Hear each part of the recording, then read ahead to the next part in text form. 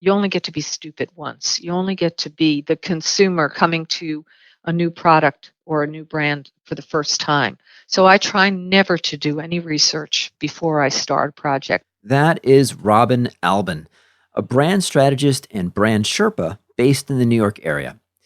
Robin has invented or reinvented over 50 brands for startups and major corporations across many categories, with particular expertise in cosmetics, health and wellness, and fashion. In our discussion, Robin shares some case studies of how she works with clients to help them express the promise that their brand makes to its customers. To learn more about Robin and her work, visit her website, robinalbin.com. That's ROBINALBIN.com. I hope you'll consider signing up for the weekly Unleashed email. I'll send you the transcript of each episode, book recommendations, and consulting tips. Visit umbrex.com and click on the Unleashed tab to sign up.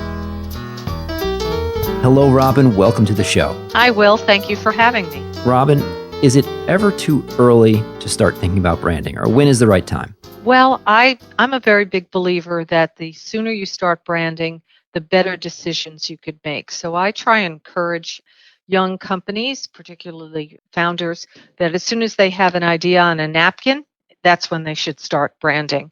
Because what happens is that people get very anticipatory. They start to say, well, I have this idea, I need a website, I need a logo, I need to have this identity so that I could go out and raise funds.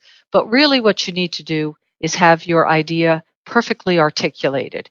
And many founders wind up, wasting a lot of money on things that are going to be redone eventually once they do have their idea, but also the positioning of your brand early on helps you make thoughtful decisions, not just about where you spend your money, but things that are right for you as you begin to grow and develop your next steps. So I believe that branding should start from day one. And how do you define branding? So to me, branding is really your idea. It's exactly what you stand for. It's your purpose, your reason for being, why anyone should purchase your product, why anyone should align themselves with you. It's really, it's not a mission statement. It's really what the brand stands for and what it means in the world. And that's really what branding is to me. And then all of the other elements that people traditionally think of branding, such as logos and websites and advertising and communications, are the expression of that idea. It's the way the idea presents itself to the world. Can you maybe give us an example for a company that we'd be familiar with of what you would say the brand is? Well, one of my favorite brands that I think has just done a magnificent job is Airbnb. It started off, again, three great founders who had an idea to start off with, which was to put people up in their homes. And as they started to evolve this idea, they realized that it had terrific meaning, that whole idea of belonging. And as they evolved the brand to become Belong Anywhere, it really touched a lot of people and began to have a tremendous outreach. From there, they were able to develop everything from their philanthropic strategy to the way the community built, the way people, whether you were an Airbnb host or whether you were an Airbnb visitor, the experience grew out of this idea of belonging, so that you belonged in someone's home and you belonged in that neighborhood, and that became the total expression of the brand. Now, you and I have spoken before, and you kind of explained to me there's kind of this traditionalist approach to doing branding with a lot of kind of set questions, and you have a more organic approach. Could you talk a little bit about the kind of the typical approach that some people take to helping as typical brand consultants as a brand identity, and how do you do things differently? Yes, okay. So when people think about branding in a traditional way, and obviously every branding firm has their own approach, and this is not a criticism of anyone else's, because obviously I've done, all sorts of branding types, but generally it becomes very much about identifying your purpose, then your promise, then your mission, then your vision, then your values, and it's a very linear approach in my mind. In my experience in working particularly with young founders, but also working with mature companies, is in the beginning and then over time, a lot of things get dumped into this idea. And, the more people you talk to and the more you experience around the development of your brand or the evolution of your brand, more stuff gets dumped in. So, what I like to do is I start my process by actually deconstructing the brand. I call it detonating, and I blow everything up. I take all the brand's assets, and I don't mean assets, but things that you necessarily own, such as products, but things that you have accumulated in terms of ideas and points of view along the way that are all getting mushed together so that there isn't really a focal point to the brand. You've got everything kind of competing in a very cluttered environment, and everything is of equal emphasis.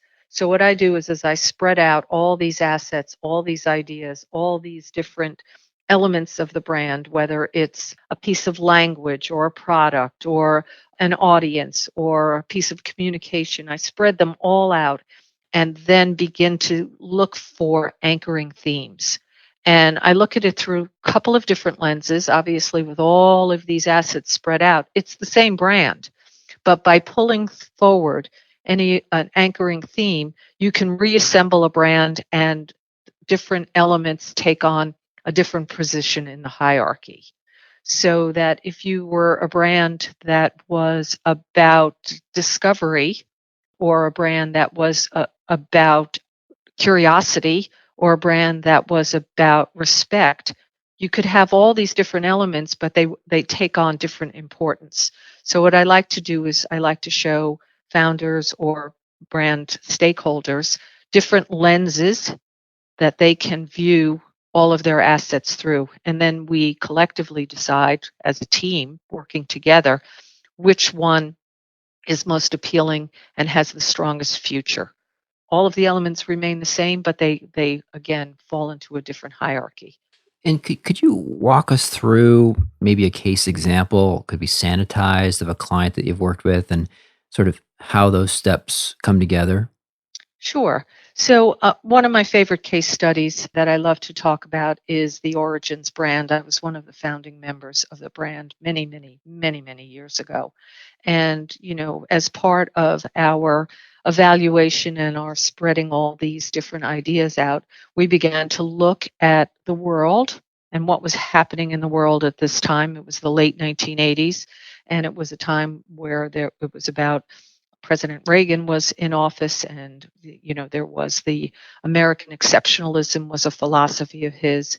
It was the dawning of the internet, and people were just starting to say, how is this machine, this dawning of technology rather, how is this machine going to take over my life? What is Big Brother watching?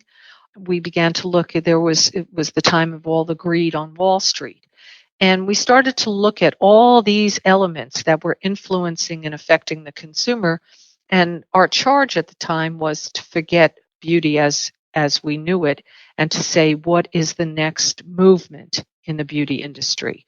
So, in looking at all of this landscape and all of the things that were happening and the knowledge that we wanted to be a brand that was about taking care of your skin and having a sense of wellness and health, that was all more assets spread out all over. We began to say, gee, what is a lead theme here? And one of the things that we recognized was that the consumer was feeling very intimidated and overwhelmed and a bit marginalized. And so we identified as a big anchoring theme the idea of respect, that the consumer felt disrespected when she or he went into a department store, which is the primary point of purchase at that time. They were feeling very, again, it was all glitz and glamour and glass and chrome, and it just was very ostentatious in a way and overwhelming. And the expert or advisor at the time might say something to you like, my dear, you don't look so great today. I can fix you. which again is a very intimidating way to approach a consumer. So, with this lens, this anchoring theme of respect, we said first and foremost, if we're going to be a beauty company thinking about health and wellness, the first thing we want to do is respect the consumer's skin. So that's how we became a natural brand. We said we're not going to put harsh chemicals on the skin. We're going to go to tried and true nature. So that's how the brand became anchored in the idea of natural ingredients coming from this idea of respect. We said if we're going to take from nature, then we have to respect nature and give back. That's how the brand became an environmental steward.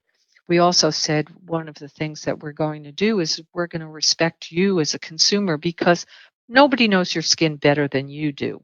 And with the right information, you can make a thoughtful decision, one that's right for you.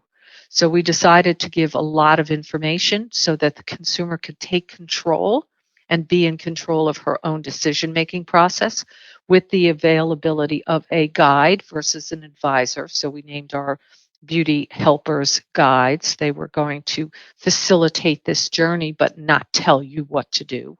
So that was a decision that again came out of this respect for the consumer's intelligence.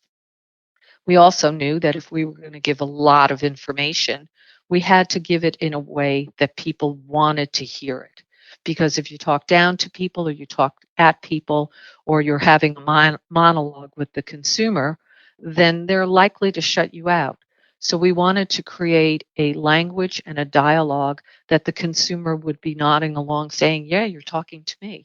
So we created a funny, lighthearted language that would make people smile and funny names. We were the first to come into the industry with, not fractured French or descriptive names, but names that sort of provoked, a bit of wit and humor and felt lighthearted because we also knew if you're smiling then you're receptive to learning things. So again, that came back, that was all developed from this idea of respect. We said we're going to respect the consumer's pocketbook, so we're not going to overpackage. We're going to do these clean white minimal packages, and we're going to invest the money into the creating better formulas rather than overpackaging something. And that would be also very consistent with our environmental message as a sort of a backlash against this American exceptionalism. We said, wait a second, there's a million countries out there in the world with wonderful traditions and cultures. Let's learn about them. Let's respect other people, other lands, other ways of doing things. And so we began to study traditions from China and South America and from Polynesia and incorporated that sense of discovery and learning again into the brand. And then we said that we were going to just have be a brand that was about totally taking away the barriers to shopping to allow you to be again in control and respect your judgment. So we created a barrier-free environment of self-service and we're the first brand to do that in the prestige market. So all of that, everything that we did came from this one word, respect, that was also by putting out this entire world, this ecosystem, and saying, what are all these things that we're looking at in this environment, this landscape of political and cultural and shopping experiences? What's a lead anchoring theme that comes from that? And as I said over and over, the word respect came out, and we built an entire universe around one word. And I understand that that's kind of part of your approach, right? Is you talk on your website about how using that figuring out what's the one word that really encapsulates in your brand. Could you say a little bit more about that? Yes, I think it's very, very easy to, as I just spun on and on and on to talk at great length about what your brand stands for.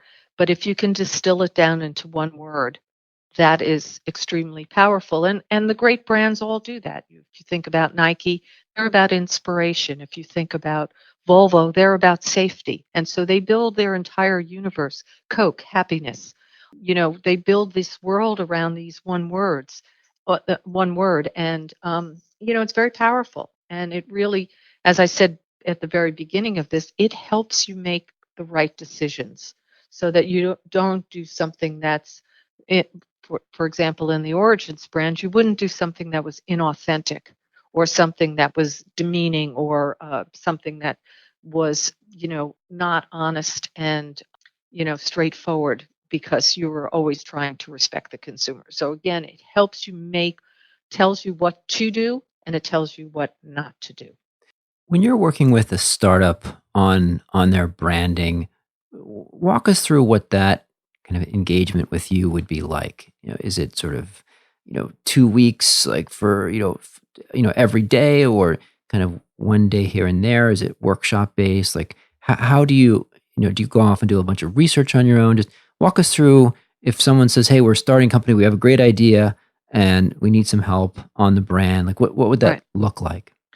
So again, I think you only get to be what I say, you only get to be stupid once. You only get to be the consumer coming to a new product or a new brand for the first time. So I try never to do any research before I start a project. I like to come at it totally cold, blank, and have a founder or a key stakeholder tell me about the brand, talk to me about it. And I try to ask them lots of questions. Sometimes the questions seem like, why are you asking me this question that has nothing to do with anything? But frequently, and I say this also on my website, there are things you talk about all the time, and then there are some things you just need to be able to suss out. Those are things that you think and feel, and sometimes you think they're irrelevant or unimportant. And in fact, they have great value because they are the things that make you passionate about what you're doing and why you care about it.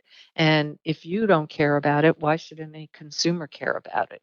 It's not about finding the greatest features and benefits. It's about finding that definite reason for being, as I said earlier on. Why are you here? What difference are you going to make in the consumer's life, in the human person's life? What's your moment of empathy? What do you care about? Because if you care about it enough, then other people are going to say, "Sign me up. I want to be part of that." So I spend a lot of time just listening and asking questions and talking to brand stakeholders, whether they're the founder or the CMO of a more mature company, just listening and really getting under the hood and finding out all these little incidental facts. Again, this is part of this deconstructing an idea and a brand because sometimes something's buried deep into the soul of the brand and it's just been dormant and it needs to come forward. What are some common mistakes that companies make, particularly early on in their branding? Well, I think the common mistakes are a misconception again about what branding really is. I think people think a brand is a name or a product or a logo or a piece of advertising or a website, and so they try and develop those different messaging tools before they really know what the brand is about. And particularly when you're a founder and you're bootstrapping and you don't have big budgets or you know, an infusion of cash, those 15,000, 20,000, whatever those numbers are, wind up being wasted. And I see that far too often with brands, with young brands. What advice do you have for independent professionals on establishing, particularly independent consultants, on establishing the right, establishing a compelling brand for their consulting practice? Well, I think whether you're doing a personal brand or a product and or business brand, I think it's all the same steps. I think it's really about finding what makes you get up in the morning and what you stand for and what you care about, and using that as a point of view. I think too many people try to be imitative and try to say this is the trend, so I'm going to be about this or this is what I think people want to hear. I think there's nothing that can replace authenticity, and if it's not something that you care about or believe or have a point of view about, a lot of times one of my I'm brutally honest, and I don't mean it to be a way of offending someone or being snarky or whatever. I think you're here to tell the truth, to be honest, and to help people see things beyond what they would look for. And so, that's not for everybody. Not every founder wants to hear that, and not every stakeholder. But that's my brand. That's what I stand for. And it took me a long time to get to the point where I said, "This is who I am." And I'm an insurgent, and I'm always going to push you to see and to try things and to take risks and then make decisions that are right for you. It's not about me, it's about you. So um, but someone needs to be able to ask you the really hard questions. Mhm, mhm. I often see with independent professionals, just the kind of the story isn't really coming clear, or it'll be a bit confusing when you look at their LinkedIn profile. It's the kind of people positioning themselves as a generalist, or I do work in financial services and pharma and retail and telecom, and across a bunch of different functional areas, and it's just sort of the whole message is kind of confusing, right? Well, again, that goes back to what I said early on about finding what differentiates you as a brand and you as a person. I mean, a lot of people do financial services and they, have great pedigrees and they've got wonderful experience under their belt. But what makes you stand out? What is the unique thing, or do you geek out on something, or is it something that you just really try to interject into your day-to-day experience? What makes you stand out? And again, not everybody's going to say, well, I think that's really cool. But then you'll find someone who really will appreciate your individuality, whatever that is. And that's where you love your work. I mean, the most important thing is to do what you love and to be around people that respect and value what you do. So the only way to do that is to tell people who you are. Right. I think it's, everybody wants to be a pleaser. And I think it's unfortunately, and, I'll probably get criticized a lot for this, but women do it probably more than men. That you don't want to ruffle feathers. You want to be able to be liked. You want to be part of the team. But being part of the team doesn't mean you have to be obsequious or, following, the path, the straight and narrow. I mean, being part of the team is helping the team be its best. Hmm. So, however you can help that team achieve that success in your unique way while still respecting other the members of the team is what distinguishes you and differentiates you and makes you valuable. So, if someone's working with a brand strategist, or as you call yourself, a brand Sherpa, what Yeah. what would the kind of deliverable look like? So, you know, And again, the reason why I call myself a Sherpa yeah. is because I'm not here to tell you what to do. I'm here to guide you, to help you find what's right for you. As I said, it's not my brand, it's your brand. And my role is to help you articulate it and differentiate it and make it be the best it can be. So, what would sort of the typical outcome of working with you look like? Is it, kind of that statement of the story, of the purpose? Is it? Do you also get into kind of visual identity? Is it like how do we answer the phones around here? Like what sorts of things are you going to help guide people on? Well, I mean, that's all part of the brand expression. What do you stand for? Earlier on, I said a lot of traditional pathways to branding cover your vision and your values. I believe it's that once you articulate what your brand stands for and what you're about and why anyone should care about you, that leads to the visualization of the brand. What's your photography like? What's your typeface like? What's your color palette like? And then, that's one form of communication. But the other part is building a culture. And so that people, every touch point along the pathway of a brand reinforces what that brand is about. So again, going back to the origins example, we were a very collegial team um, when the brand, particularly when the brand was young, and, very, respectful and very, very aware of the way we treated one another and the way we heard one another. And it went down, we never said anything like, you can't wear leather or you can't eat meat.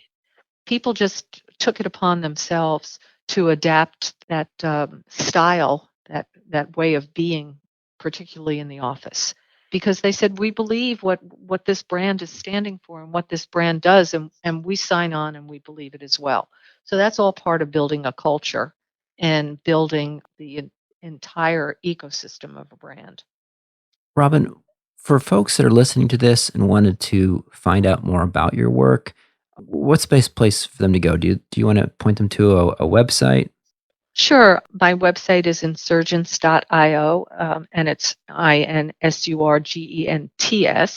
like it being an insurgent, .io, or they can go to my LinkedIn profile, Robin Albin. And I do a lot of mentoring.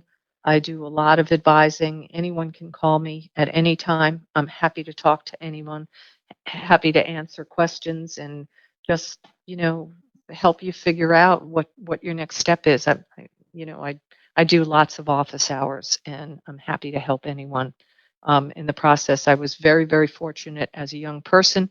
I had amazing mentors. I had amazing people who helped me, and I totally believe in paying it forward. That's awesome. In terms of just your own personal routines, daily routines or weekly routines, is there anything that you have been doing for a long time or recently adopted that you found really helps you be more effective? I believe in being a sponge, and I teach a lot as well. And when people come up to me and they say to me, "What should I do?" I said, "Read everything and anything. There isn't, don't follow a linear path.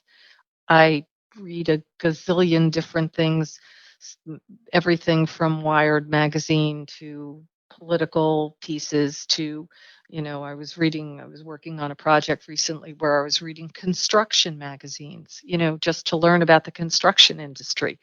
And you just never know where an idea is going to leap out at you, or you're going to be able to connect the dots and say, I, I'm seeing this happening in construction, and I'm seeing it again happening in fashion. And these threads start to appear, and you can start to knit things together in unique ways. So I believe you should learn about everything. You should talk to anybody and everyone. There's no such thing as a bad experience. I think you should stay curious throughout your life and throughout your work career, and not follow a traditional path. I know a lot of people who, if they're in the beauty industry, they only look at beauty websites, or if they're in the fashion industry, they're just watching what the designers are doing, or, what's happening at Fashion Week. But, particularly now where culture and politics and the environment and everything is linked together, that being open minded and being a sponge and looking at all sorts of things from a variety of points of view, whether you agree with them or you don't agree with them, they're going to tell you something about the world, and they're going to help you find a vision and a point of view for anything that you're working on. Any books or magazines or articles that you've read recently that you would really recommend? Oh my God, I wouldn't even know where to start. I mean, I have a pile of books on my desk now and a pile of magazines, and I look at things from international. I love Viewpoints, which is a great, great trend magazine. I live on WGSN. I think they're phenomenal. I read lots of books, I'm reading a terrific book, which is called Bad Blood, which is about, the startup Hmm. that, I read, I read very, very holistically. So just pick up anything. Don't try and judge it. I love They'll, it. The omnivorous attitude. I love that too. Just be looking for making connections. Great, yeah. great advice. And talk to anybody and everyone. One of the things you don't want to do is sit next to me on the train for a 2 hour train ride, because I'll start asking you questions. and, strike up a conversation. But it's great. It's just a phenomenal way of beginning to understand the complexities and the wonders of people in the world. And there's a million ideas there. Robin, this was fantastic. Thanks so much for the conversation, and thanks for joining the show. Thank you. I'm looking forward to hearing it. Thanks for listening to this episode of Unleashed, the show that explores how to thrive as an independent professional. Unleashed is sponsored by Umbrex, the world's first global community of top-tier independent management consultants. The mission of Umbrex is to create opportunities for independent management consultants to meet, share lessons learned, and collaborate. I'd love to get your feedback and hear any questions that you'd like to see us answer on this show. You can email me at unleashed@umbrex.com. That's UMBREX.com. If you found anything on the show helpful, it would be a real gift if you would let a friend know about the show and take a minute to leave a review on iTunes, Google Play, or Stitcher. And if you subscribe, our show will get delivered to your device every Monday. Our audio engineer is Dave Nelson. Our theme song was composed by Gary Negbauer, and I'm your host, Will Bachman. Thanks for listening.